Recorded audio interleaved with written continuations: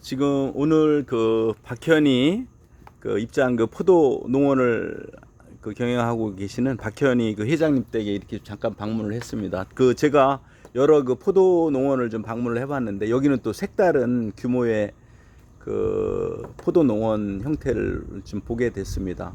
그 박현희 회장님께 여러 가지 몇 가지 좀 말씀을 좀 듣도록 하겠습니다. 제가 보기에는 그 다른 그 박영환 회장님 그 농원에 가보니까 거기하고는 또 색다른 또 분위기가 좀 보이네요. 이 농원에 대해서 좀 설명을 이 부탁드리겠습니다. 농장은 그 일반 소비자나 일반 대중한테 그 오픈된 농장이에요. 즉 여기에서 이제 체험이라든지 뭐 힐링이라든지 좀 쉼터 역할을 할 수 있는, 그러니까 그 생산지로서의 뿐만이 아니고, 그러니까 도시민과 생산자 간에 교류할 수 있는 공간을 만들고자 노력을 하고 있고요.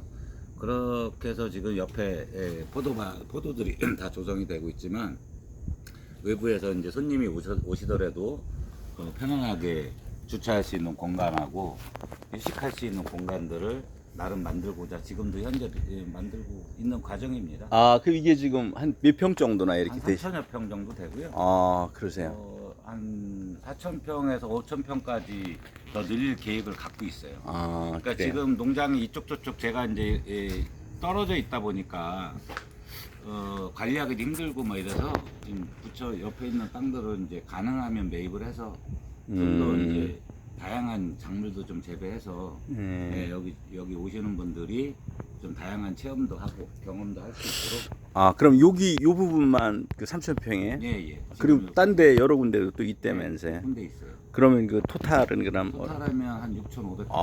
대단하시네. 이거 아주 대단하시네요. 돈은 안 돼요. 네, 왜 돈 많이 벌으셨을 것 같은데. 저는 이제 친환경으로 해서 무농약 재배를 예. 한 15년째 좀 하고 있는데, 주로 이제 주 거래처는 아이들 학교 급식에 좀 내고 있는 편이고요. 예. 그다음에 이제 이렇게 이제 직거래 방식으로 여기 이제 체험하러 오시는 분들, 그다음에 직접 구매하러 오시는 분들, 뭐 이렇게 다양한 형태의 모임을 이런 데서 이렇게 팜파티 형태로 하고자 하시는 분들이 이제 여기 오시는데, 그분들한테 이제 주로 조금 매출이 좀 오르고 있고. 그러면 여기가 지금 농장이 지금 많은 사람들이 지금 방문을 좀 하고 계시는데 그 좀 어떤 형태로 지금 홍보를 하고 계셨어요? 그 전에는 이제 그 관내 이제 유치원들, 체험학습 하고자 하는 유치원들이 많이 왔었어요. 근데 이제 코로나 시국을 맞이하면서 그게 이제 뭐 전혀 중단이 됐고, 그다음에 이제 인터넷을 통해서 체험을 모객하는 그런 저기 뭐 인터넷 쇼핑몰하고 계약을 해서 걔네들이 이제 모객을 해서 보내주면 여기서 체험하고 좀 쉬었다 가는 이런 형태로 운영을 하고 있죠. 그러면 인터넷 지금 홈페이지 구성하고 계신?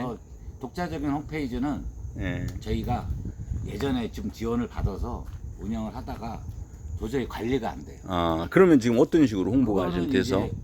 사람들 입소문으로 그냥? 입소문 하고요. 그다음에 이제 오늘도 조금 전에 통화를 했지만, 이 쇼핑몰에 여러 가지 과일이나 이런 거 농산물을 판매하는 애들이 거기서 직접 농산물도 팔지만 체험을 한번 팔아라 달라고 제가 요청을 해서 걔네들이 체험을 원하는 가정들이,나 어떤 단체들이 있을 거 아니에요. 그러면 그 인터넷을 운영하는 분들한테 여기를 소개하는 그 내용을 좀 올려달라. 오케이. 그 좋은 방법이네. 이제 가족당 얼마, 몇 시간 체험, 뭐 이런 식으로 이제 그 체험 내용을 걔네들 사이트에 올려서 거기서 신청을 받아서 날짜별로, 시간대별로 이렇게 해가지고 저한테 보내면 제가 거기에 맞춰서 준비해서 진행하는 형태로 하고 있습니다. 그러면 지금 현재는 본인이 직접 운영하는 건 아니지만 다른 사람들이 운영하는 것에 그걸 이용해 가지고 홍보를 그 좋은 생각적이시네요. 그러면은 인터넷으로도 지금 판매를 하고 계시나요? 그렇죠. 혹시 포도 같은 것도? 온라인 판매하죠. 그것도 어떻게 뭐 연동해 가지고? 직접은 이제 예전에 직접 사이트를 운영하는 거는 뭐 스마트 스토어가 됐던 홈페이지를 됐던 여러 형태로 할 수는 있는데, 농가들이 한 게 약간 뛰어난, 그러니까는 정보 계통의 IT 쪽에 좀 경험이 있는 농가들은 그런 전직이 있으시거나 아니면 자식들이 자녀들 중에 그런 관계 있는 사람들은 좀 되는데 대다수의 거의 90% 이상의 농가들은 이거 하다못해 컴퓨터 할 줄도 모르고요. 뭐 스마트폰이 많이 대중화됐다고 하지만 그 할 수 있는 부분들이 한계가 있더라고요. 그리고 이제 그게 또 지속적으로 업데이트 시켜져 가면서 관리를 해야 되는데 그게 잘 안 되는 경우가 많아서 차라리 전문가 집단이 운영하는 오케이. 쪽하고 연계하는 게 더 훨씬 그 링크해서 그쪽에 그렇죠. 위탁해가지고 하는 게 전문가들한테 이제 맡기는 게 방식이 가장 비용은 좀 좋고. 들지만 예. 그게 좀 낫다라는 얘기. 근데 여기 지금 보니까 좀 특별한 구조를 가지고 있거든요. 네, 지금 보니까 그 이 특별한 구조를 가지고 있는데 여기 간단하게 그 어떤 위에는 지금 저 비닐이 쳐져 있고 이런 것을 뭐라 연동하우스라고 하나요? 네, 연동하우스고 가운데는 이제 덕을 좀 더 높여서 아, 덕은 어떤 거예요? 관광덕. 그러니까 그러니까 이거를 이 저기 막 이렇게 천장형으로 돼 있는 걸 덕이라고 그래요. 그래서 덕을 좀 올려서 여기는 작업하기 편하게 해놨고 여기는 밑에 있는 공간을 활용하기 위해서 이제 주차 공간이라든지 창고 대용을 쓴다든지 뭐 여러 가지를 하기 위해서 위에 이제 그 대신 포도는 다 얹어져 있으니까 농지법상 아무 문제는 없습니다. 네. 이게 이제 관광이라든가 그런 거 오는 분들을 좀 염두에 두고 그렇죠. 구조 자체를 좀 약간 네, 변화시켰구만. 그리고 또 제가 또 관리하기가 더 편하니까 뭐 사실 뭐 포도밭이든 밭에 뭐 자기가 차량이라든지 뭐 이런 이 저기 막 농업용 기계라든지 이런 거를 보관할 수 있는 공간을 확보한다는 게 쉽지가 않거든요. 네. 작물 하나라도 더 심고 싶은 게 농부의 마음인데 그래서 그거를 활용할 수 있는 또랑치고 가지 잡는 방법이 뭐가 없을까 생각하다가 예전에 한 20여 년 전에 일본을 이제 갔을 때 일본에서 도로변에 포도밭이 있는데 그 안에 주차장 아니 저기 저 주유소가 있고 슈퍼마켓이 있고 막 그렇더라고요. 식당이 있고 포도밭 안에 그걸 보고 제가 굉장히 그 느낌이 좋게 받아서 그때 이제 시 농정과하고 협의해가지고 입장에다 갔네 도로변에 이렇게 높게 형태되어 있는 농막 형태의 관광덕 시설들은 그때 20여 년 전에 그때 창원시 도움을 받아서 일본 거를 벤치마킹해서 했던 거고요.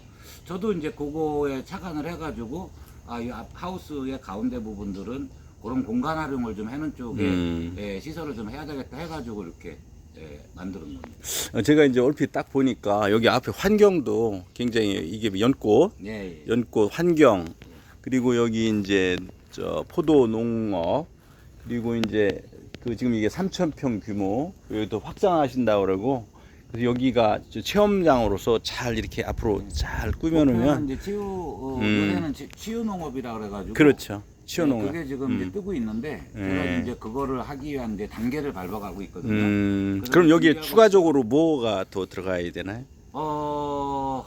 왜냐면 이제 계절별로 이게 이제